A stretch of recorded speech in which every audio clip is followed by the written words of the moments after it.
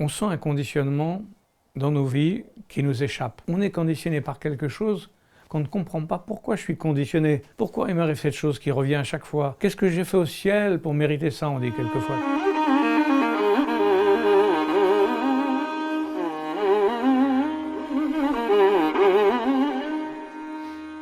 Bonsoir Philippe. Bonsoir. On va ici parler maintenant du concept de karma, dont Ouais. beaucoup de traditions parlent, mais utilisent un lexique différent. Voilà. Est-ce que tu pourrais commencer par nous définir le concept? Voilà. C'est vrai que c'est un concept dont beaucoup de gens parlent sans vraiment le connaître. Qu'est-ce que le karma? En fait, même en Inde, on définit plusieurs types de karma. Il y a le karma qui sont finalement des mémoires poison. En Inde, on dit samskara, c'est-à-dire les mémoires anciennes, on peut dire du voyage de l'âme. Parce que le principe, c'est que l'âme, avant de descendre dans le corps, a déjà voyagé. Alors, que ce soit le principe de la réincarnation, comme disent certaines personnes, ou pas, déjà, on parlera de ça après. Je vais définir la différence. Mais au fond, la métempsychose ou le voyage de l'âme avant de descendre dans le corps, ça c'est une réalité que toutes les religions acceptent, y compris l'islam. On peut dire que l'âme a fait un voyage avant de descendre dans le corps. Elle a déjà donc reçu des mémoires comme des poussières qui sont passées et elle vient avec un passif au moment où elle fait son choix de descendre dans le corps.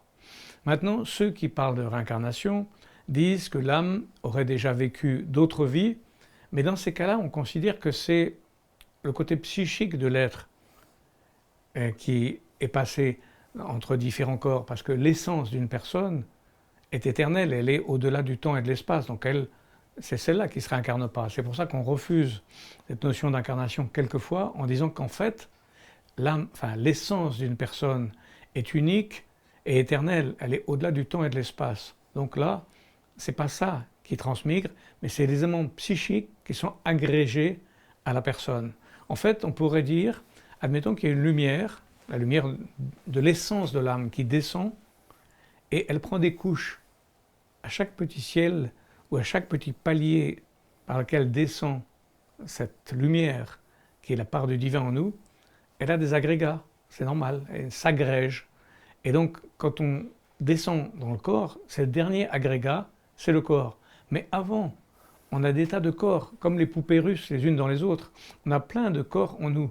Et donc, il y a des agrégats de mémoire qui se sont greffés au moment du voyage de l'âme. Ça, c'est la première chose, c'est en fait le premier karma dont on peut parler. Ensuite, il y a le karma qu'on va produire dans notre vie par les actes négatifs.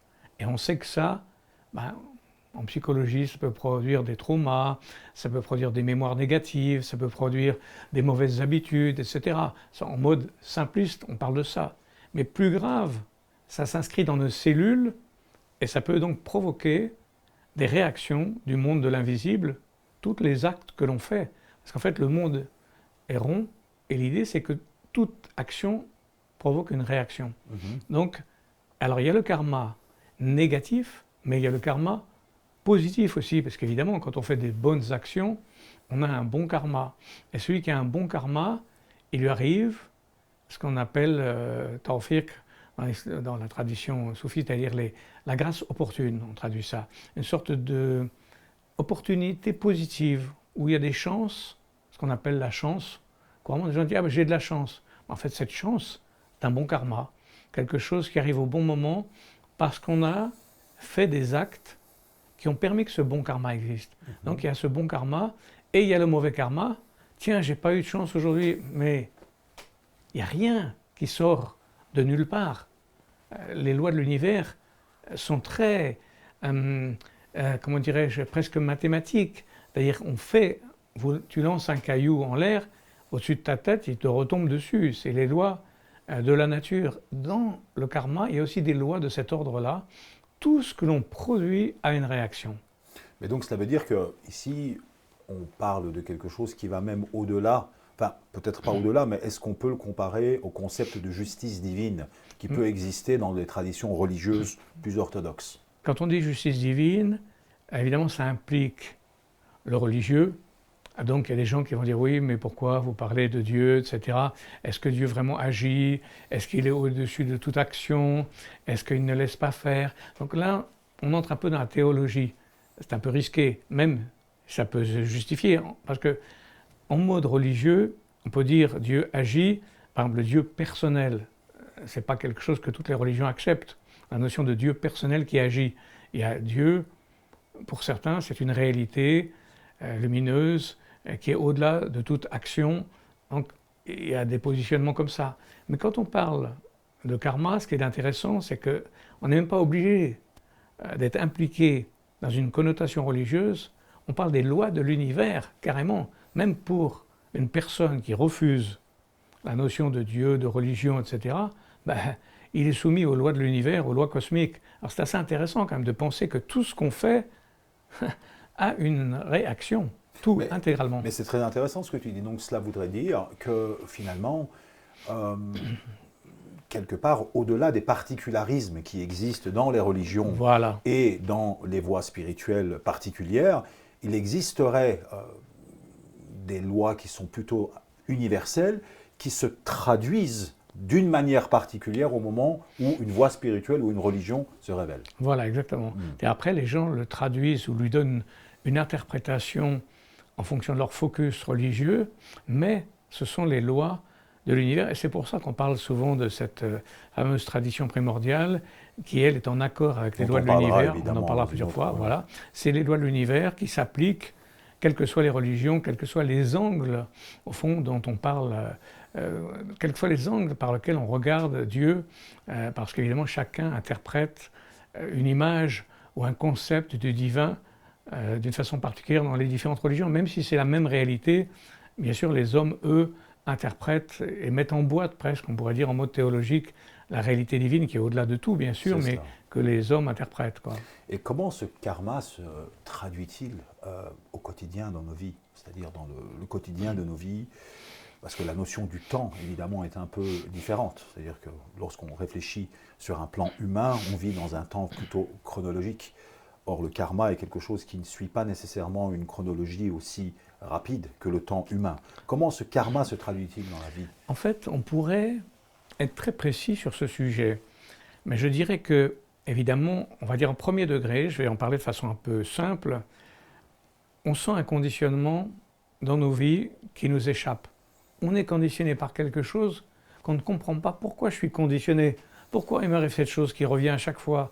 Mais pourquoi? Qu'est-ce que j'ai fait au ciel pour mériter ça? On dit quelquefois, tu vois, qu'est-ce que j'ai fait au ciel pour mériter cette histoire? En réalité, ceux qui connaissent la science de l'astrologie peuvent repérer ça de façon extraordinaire. C'est m'est arrivé souvent, puisque ça fait partie des choses que je fais, des consultations dans ce domaine.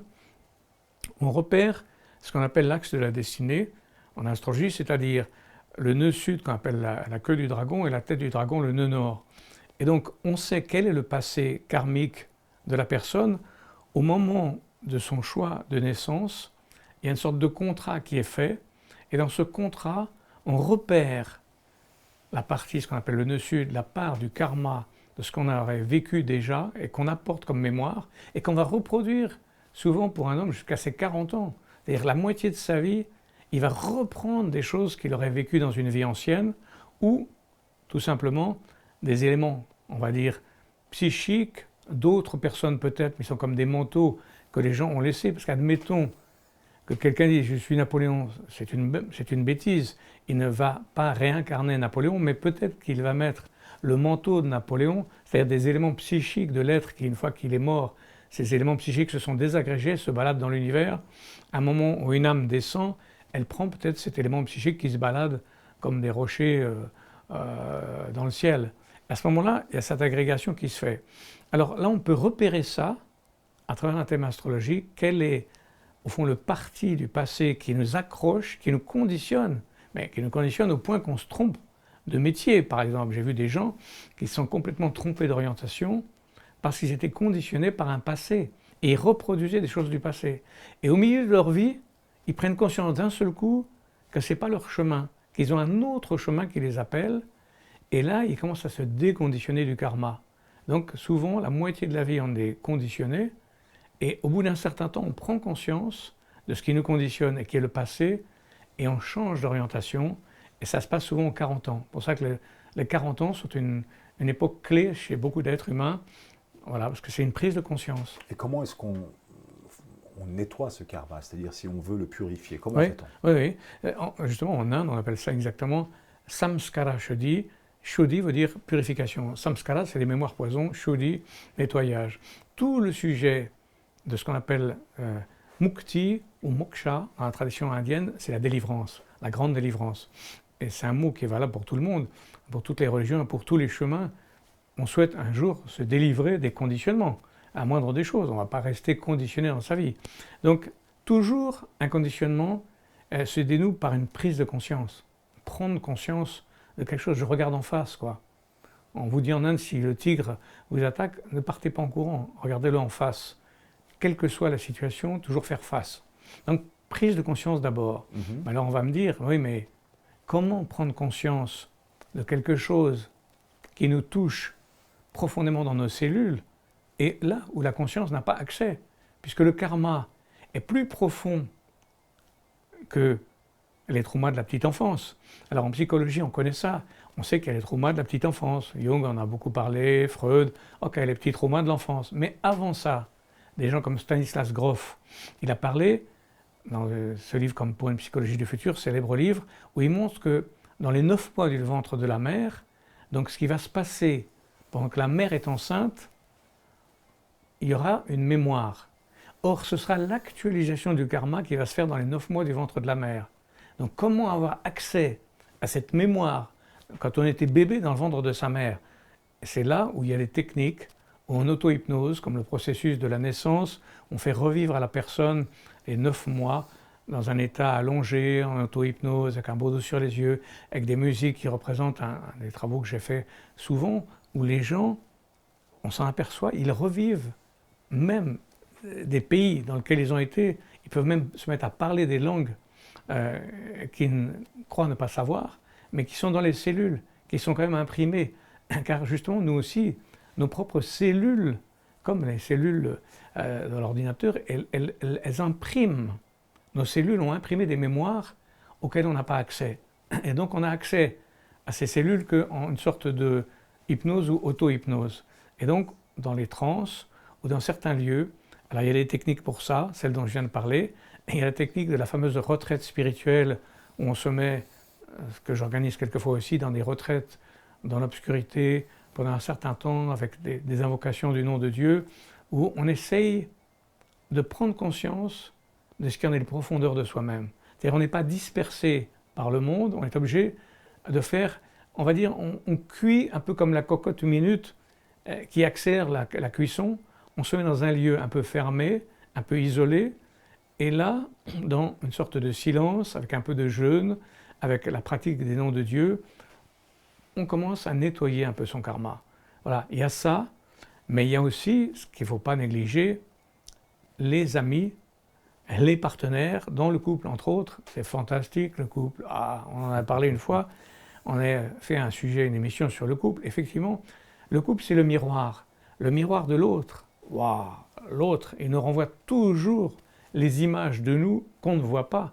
Et ça fait partie des merveilles du couple, que l'autre nous renvoie quelque chose qu'on ne voit pas de nous.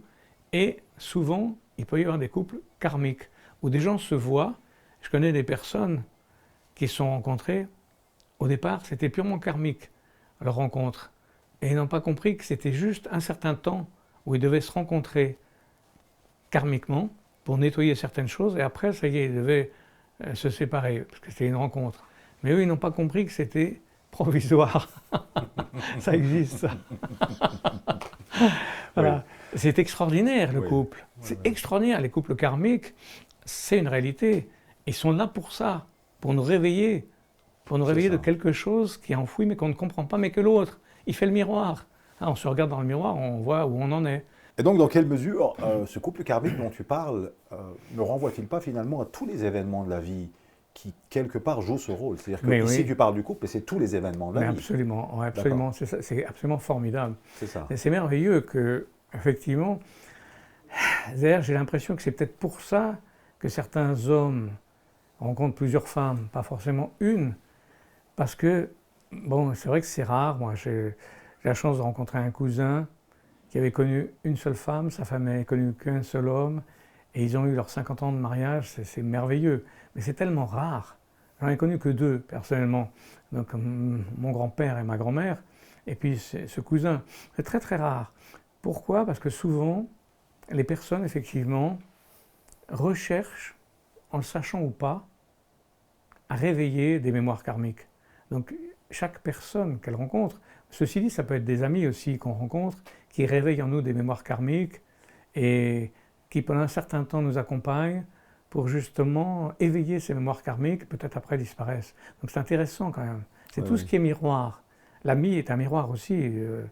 Le fameux hadith, pour ceux qui connaissent Hadith, c'est une tradition islamique, je le dis parce que tradition prophétique. voilà, que Oui, j'aime quand même, vu la part du soufisme dans ma vie, El-Mu'min mir'at el-Mu'min. Le croyant doit être le miroir du croyant. c'est cela. Je trouve que c'est très beau comme image et comme parole, parce qu'effectivement, le frère, l'ami, est aussi un miroir. Alors évidemment, le miroir idéal, c'est sûr, dans un couple, partenaire, la femme ou l'homme, sont des miroirs l'un pour l'autre.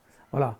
Mais tout ce qui est miroir, ami, partenaire, épouse, même dans le travail, il y a des gens qui se disputent terriblement et en fait, il y a des espèces de lutte karmique dans le travail, même professionnel. Et là, c'est souvent malheureusement négatif, mais ça pourrait être positif aussi. Des gens qui se retrouvent en collaboration, soit donc positif, soit négatif, puisque le karma est soit positif, soit négatif. Et là aussi, dans le travail, il peut y avoir des manifestations du karma très fortes. Alors une question qui me semble très importante et qui taraude l'esprit de beaucoup de croyants est la distinction finalement ici entre la prédestination et le libre arbitre. Dans quelle mesure la discussion sur le karma pourrait-il répondre à cette question? C'est-à-dire comment distingue-t-on dans une certaine mesure la conséquence de nos actes finalement, ce qu'on pourrait finalement ici appeler le karma, et une forme de destin qui nous est tout simplement envoyé comme une épreuve, qu'on peut comprendre dans la tradition islamique par exemple, pour nous purifier. Est-ce qu'on distingue l'un et l'autre au niveau du karma, ou est-ce que ça se distingue même plus? Là, c'est un peu une question piège en réalité. Oui, mais c'est pour ça que je la pose. Bon, d'accord. Mais c'est pas tellement. Pour moi, c'est par rapport à ceux qui entendent, le problème est que ce genre de questions, la réponse dépend du niveau de l'interlocuteur. Tout à fait. C'est-à-dire qu'il y a une personne à qui on peut expliquer que par exemple son libre arbitre arrête au bout de ses mains, c'est-à-dire qu'il a son espace personnel de libre arbitre qui serait par exemple, je peux bouger mon bras jusqu'au bout, je peux bouger mes doigts, j'ai ma propre sphère dans mon libre arbitre, mais d'autres vont dire non, tout dépend de réalité divine, mais ça, cet concept-là n'est possible que pour ceux qui arrivent à la compréhension que finalement, ils sont les acteurs et les spectateurs d'un film dont le script a déjà été donné, mais la plupart des gens ne peuvent pas accepter cette pensée, c'est trop élevé en réalité, et ça n'est valable effectivement que pour des gens qui sont arrivés à cette contemplation-là. Mais ceux qui n'arrivent pas à cette contemplation que finalement nous sommes des vagues d'un océan, alors on est à la fois l'océan, mais on est les vagues de l'océan aussi. Donc la vague, elle a sa particularité, mais pourtant elle est une part de l'océan, c'est tout. Parce que nous, individus, on est tellement peu de choses. C'est comme l'embrun de l'océan, il dit « je suis l'océan ». C'est vrai, il est l'océan, mais c'est un embrun en même temps. Mais s'il dit « je suis l'embrun », il dit « quelle est ma part d'action dans l'océan » Ah bah, tu as une part, une petite goutte, voilà, dans l'océan. Et l'être humain, en fait, il est ça, c'est cette petite goutte d'un océan, et il croit qu'il peut changer les choses, mais il est quand même dans l'océan une petite goutte. Voilà, donc évidemment, selon les degrés de compréhension, les uns et les autres peuvent accepter. Et le karma, dans ce sens-là, il y a la part, comme je l'ai dit au début, où en fait on est responsable de toute façon de ce qu'on a créé. C'est-à-dire que tout ce qui nous arrive, ce n'est pas seulement une décision divine, on a construit ce que l'on est, on a mérité la situation dans laquelle on est, et dans les différentes traditions, on reconnaît que on a signé notre contrat, on a choisi nos parents, on est descendu avec un choix quand même en tant qu'âme, avant même de descendre sur la terre, mais il y a eu quand même un accord. En fait, c'est une sorte de contrat, le mot contrat est quand même assez clair. Il y a un accord avec le divin et nous. Mais cet accord, il correspond à un moment de maturité, comme d'ailleurs différents contrats, différentes prises de conscience. À un moment donné, on accepte telle situation parce qu'il n'y a pas d'autre choix. À un moment de la vie, comme un sportif même, admettons, il a différentes phases d'entraînement et à un moment il fait un contrat sur une pratique qu'il doit faire régulière et de discipline parce qu'il en est arrivé à ce degré de capacité. S'il n'arrive pas à ce degré de capacité, il prend un autre contrat, il a un autre entraînement.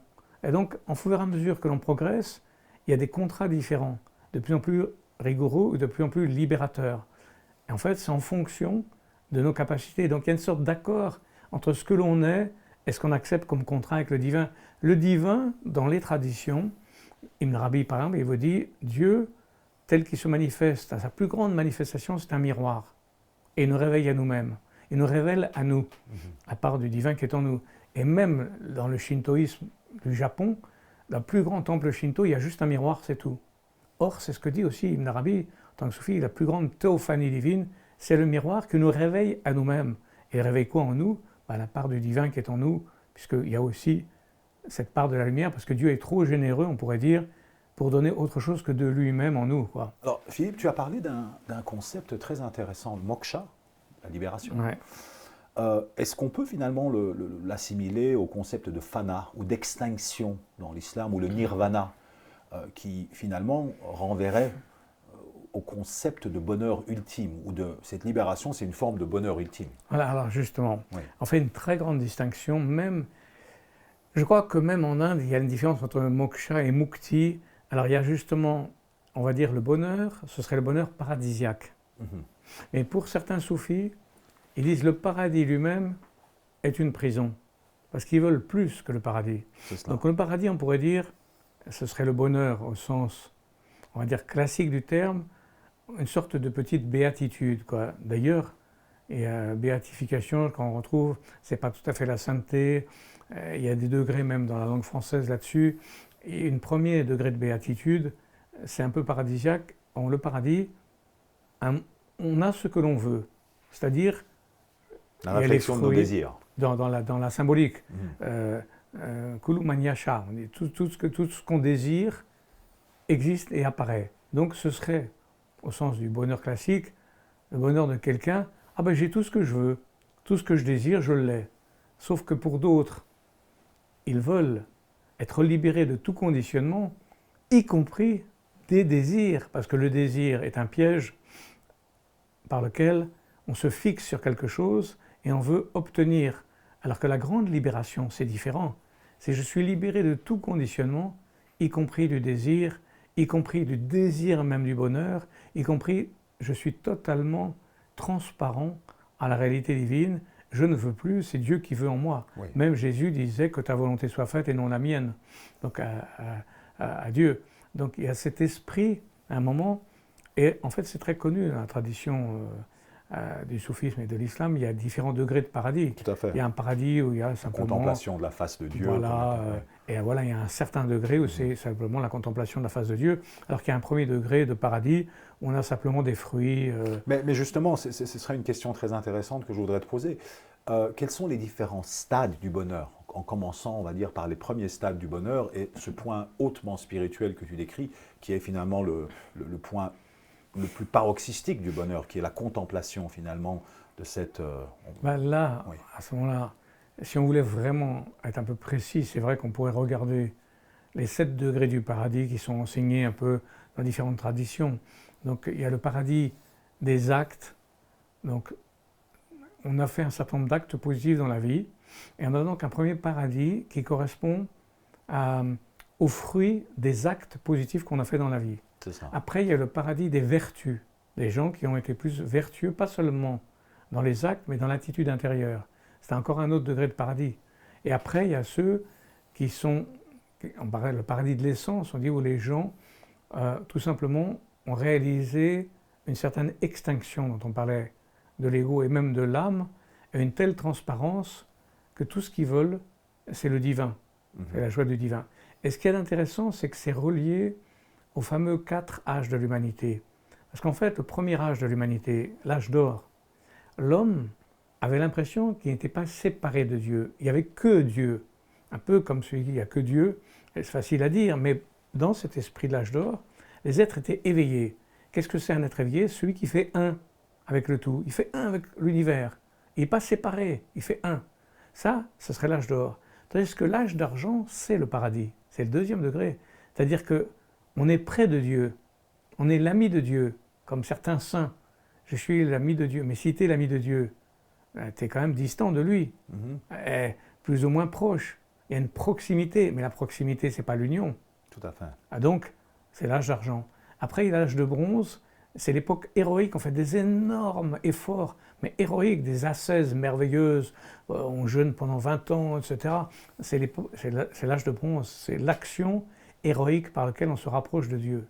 Et puis, il y a l'âge de fer, où Dieu n'existe plus. C'est-à-dire, cette époque de Kali Yuga d'aujourd'hui, on pense que le divin n'existe plus dans la société, quoi. Il n'est plus intégré. Mais justement, ça va nous intéresser hautement. C'est-à-dire que si, à un moment donné, on exclut cette dimension divine, on va tomber dans ce qu'on appelle le faux bonheur. Et j'aimerais ici que tu essayes un peu de nous expliquer comment tu distingues le vrai bonheur, qui est justement un bonheur plutôt de type vertical, qui nous aligne avec une réalité suprême transcendante, et le faux bonheur, c'est-à-dire le faux bonheur qui serait finalement quelque chose qui serait plus de l'ordre d'un ressenti temporaire dû à quelque chose de tout à fait mondain. J'ai une histoire très précise qui me vient, et qui fait la différence entre ce qu'on appelle la jouissance de quelque chose qu'on acquiert, qu'on possède mais qui disparaît, et la joie pure. Eh bien, un jour, le fameux Saint François d'Assise, j'aime beaucoup, il était avec son frère Léon, son compagnon, en plein hiver, et ils arrivent au monastère. Et là, il frappe à la porte, et le père abbé voit 2 types hirsutes, pleins de neige, etc. Il se dit, ça doit être 2 bandits qui veulent manger gratuitement au monastère. Et il les jette dans la neige en arrière. Et Saint François, il tombe en arrière, il dit, regarde frère Léon, voilà la joie parfaite. Parce que c'est causeless chose, pas de cause. Il n'y a pas de cause à cette joie. Quand c'est une joie sans cause extérieure, c'est la vraie joie. C'est le vrai bonheur. Celui qui n'a pas de cause extérieure.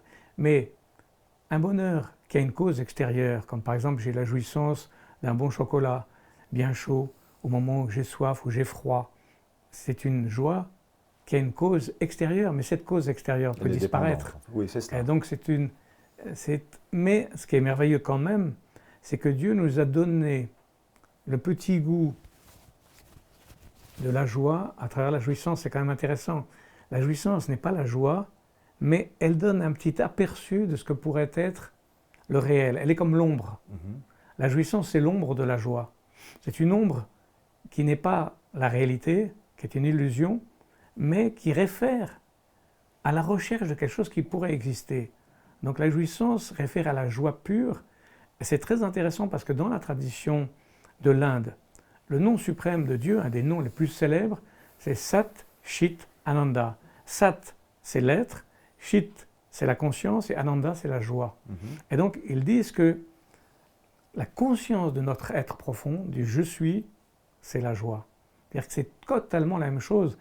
Être soi-même, sentir le je suis, c'est la joie pure. Et ce je suis est très important. Jésus, au mont des Oliviers, les soldats arrivent, et comme tous les soldats de toujours, un peu bruts comme ça. Bon alors, qui c'est ce Jésus-là? Et Jésus s'est levé, il a dit « je suis ». Simplement ça. Tous les soldats sont tombés, ça c'est dans l'Évangile. Les soldats sont tombés juste parce qu'il dit « je suis ». L'affirmation de l'être pur, c'est fantastique. Et donc quelqu'un qui, au lieu de dire « je suis un homme, je suis une femme, je suis gentil, je suis grand, je suis petit », il y a juste le « je suis ». C'est-à-dire le soleil de l'être qui rayonne tout simplement sans particularité. C'est ça qui provoque la joie, même au sens extase. C'est-à-dire la véritable extase, qui est Ananda, en tradition sanskrite, c'est la conscience de l'être pur. Mais là, en fait, tu nous renvoies finalement à à l'identité qui n'est pas fixée, c'est-à-dire en fait finalement, Voilà. c'est ça, c'est l'identité Oui, qui ne s'est pas fixée dans un particularisme contingent.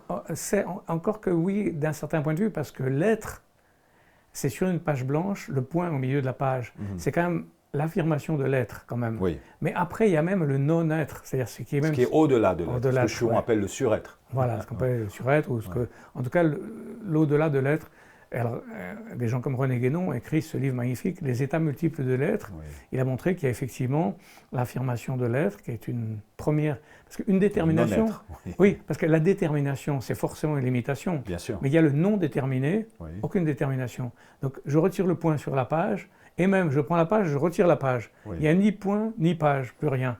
Et là, c'est cette sorte de vacuité qui n'est pas une vacuité de vide, comme on pourrait le croire, mais une disponibilité, on pourrait dire, presque virginale, où au fond, on est disponible à chaque instant.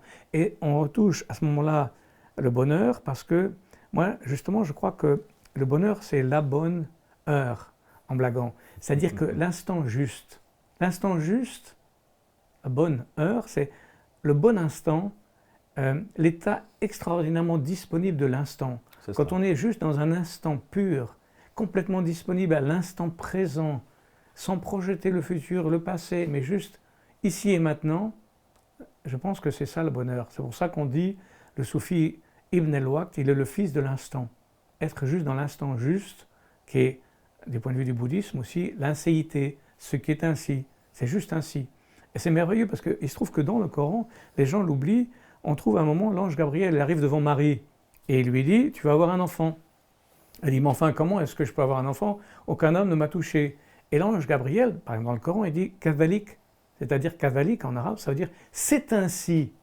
Donc c'est l'inséité, tout simplement, et il y a des moments où on ne peut pas expliquer, c'est ainsi.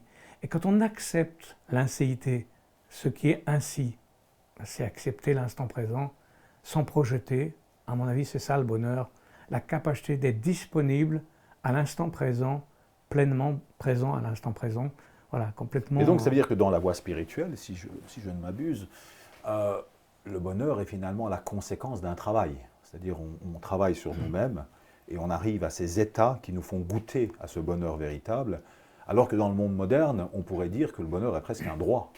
On a le droit au bonheur, comme si le bonheur était un droit politique ou un droit social, mais qui n'est pas le fruit d'un travail sur nous-mêmes. C'est vrai qu'on a droit au bonheur au sens où on a droit à la liberté. C'est la même idée. C'est-à-dire que l'homme est quand même né pour être libre. Ça, c'est beau. Quand il dit ça, moi j'aime beaucoup ça. Cet esprit de liberté, on est né pour être libre. Et cette liberté, c'est aussi ça le bonheur. Donc on a droit à une part de joie d'être soi-même en fait. D'être libre, libre d'être soi-même. En fait, c'est comme ça la merveille. C'est-à-dire, les gens, quelquefois, nous poussent à être autre que ce qu'on voudrait être, ou ce qu'on a soif d'être soi-même, naturellement. Et au fond, tout le monde devrait avoir le droit d'être lui-même. C'est la moindre des choses, être soi-même. D'ailleurs, qui peut faire mieux que nous, dans notre peau, ce pourquoi on a été fait? Donc, on ne peut pas prendre la place de quelqu'un, ça, ce ne serait pas juste. C'est pour ça que chacun a... Alors évidemment, le risque, c'est que ça peut être l'individualisme, quand c'est mal compris. Je suis un individu, j'ai mon droit. Alors, oui, mais enfin, ton droit, il n'est relié qu'à celui des autres, parce qu'évidemment, ton droit s'arrête où celui des autres commence, comme on dit. Donc il y a cette sorte d'interaction qui est la grande clé de compréhension des choses. C'est-à-dire qu'il n'y a pas d'individualité sans interaction. Comme je dis toujours, les doigts de la main, on ne peut pas manger avec un doigt. J'ai déjà essayé, sauf peut-être en raclant l'assiette. Mais sinon, on a besoin de tous nos doigts pour manger et pour beaucoup d'autres choses. Donc la main tout entière est nécessaire. Et donc, en fait, l'individu, tout seul, sans sa famille, ça n'existe pas. Il n'y a pas un individu sans famille et il n'y a pas un individu sans société non plus. Donc, en fait, l'erreur, c'est de voir l'individu sans le relier aux autres. Mais dès qu'il se voit relié aux autres, son droit dépend des autres aussi, est en interrelation avec les autres. Et c'est cette immense interrelation qui crée, quand on accepte finalement, c'est accepter sa place. Accepter sa place, je suis là, mais toi tu es là. Je te parle et tu me parles. Et c'est ça le jeu d'ailleurs. Donc on en revient en fait encore une fois à un bonheur et une liberté qui ne seraient pas égotiques. Exactement. C'est ça. Tout le problème étant l'ego, encore une fois, tout à fait. En tout cas, je te remercie beaucoup pour cette entrevue. Parfait, merci.